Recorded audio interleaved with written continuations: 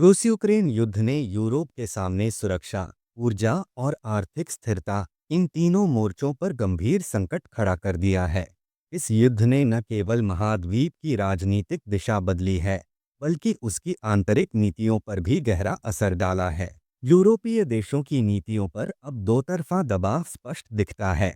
एक ओर अमेरिका और नाटो के साथ एकजुट रहकर रूस के खिलाफ सख्त रुख अपनाने की बाध्यता, और दूसरी ओर अपनी जनता के आर्थिक कष्ट, बढ़ती महंगाई और ऊर्जा संकट से जूझती आंतरिक नाराजगी।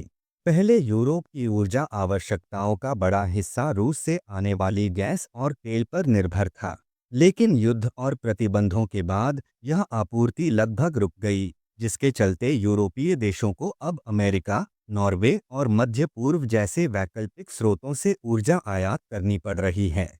इस बदलाव ने ऊर्जा की कीमतों में भारी वृद्धि की और महंगाई को नई ऊंचाइयों पर पहुंचा दिया।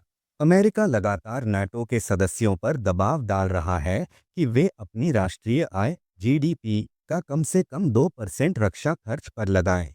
इसके चलते कई यूरोपीय देशों को अपनी सामाजिक कल्याण योजनाओं और विकास कार्यक्रमों में कटौती करनी पड़ी, जिससे जनता में असंतोष बढ़ा है। जर्मनी, फ्रांस और हंगरी जैसे देशों में अब युद्ध को लंबा खींचने के खिलाफ आवाजें तेज हो रही हैं। लोग चाहते हैं कि यूरोप संघर्ष से बाहर निकलने के लिए कूटनीतिक समाधान खोजे, न कि लगातार सैन्य सहायता देकर युद्ध को और बढ़ाए। इसके साथ ही यूक्रेन और मध्य पूर्व से आए लाखों शरणार्थियों ने यूरोपीय समाज में सामाजिक और आर्थिक दबाव बढ़ा दिया है। शरणार्थियों के पुनर्वास, रोजगार और सांस्कृतिक समायोजन जैसे मुद्दों ने यूरोप की आंतरिक राजनीति को और जटिल बना दिया है।